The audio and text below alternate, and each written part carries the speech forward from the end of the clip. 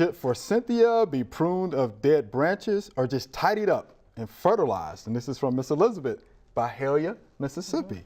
So, Miss Susie, can we just prune out the dead branches and Sure. just tidy it up just a little bit? Yeah, sure. Prune out the dead branches every year. That's just being good to the plant. Then you need to decide what pruning shape you want. Do you want the natural with the long weeping fronds that are really beautiful, or some people want it rounded and more controlled? And it's your choice, and you are in control of the pruners. That's right. So I've seen it used as hedges. I've seen a hole cut out so you could make a passageway through them. They were so thickly grown, and then I've seen them as we call meatballs across the landscape.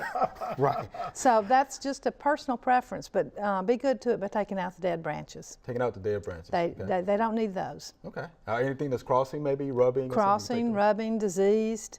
Even though I don't think it has too many enemies, it's pretty healthy. I don't think so as well. Yeah, I don't think so. And then since you mentioned pruning, when is the best time to prune forsythia?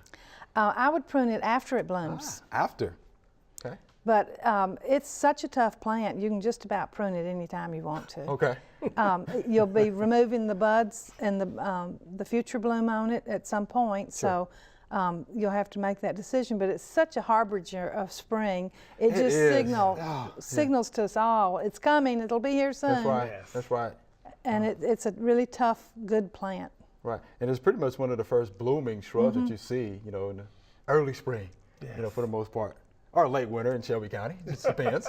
All right, Walter, anything to add to that? No, that's pretty much it. I know I have it at my own house, and I chose just to let it go in its natural way, and it is beautiful. I'm a flower arranger, so I love those arches, and I cut those and bring them in to put in the vases.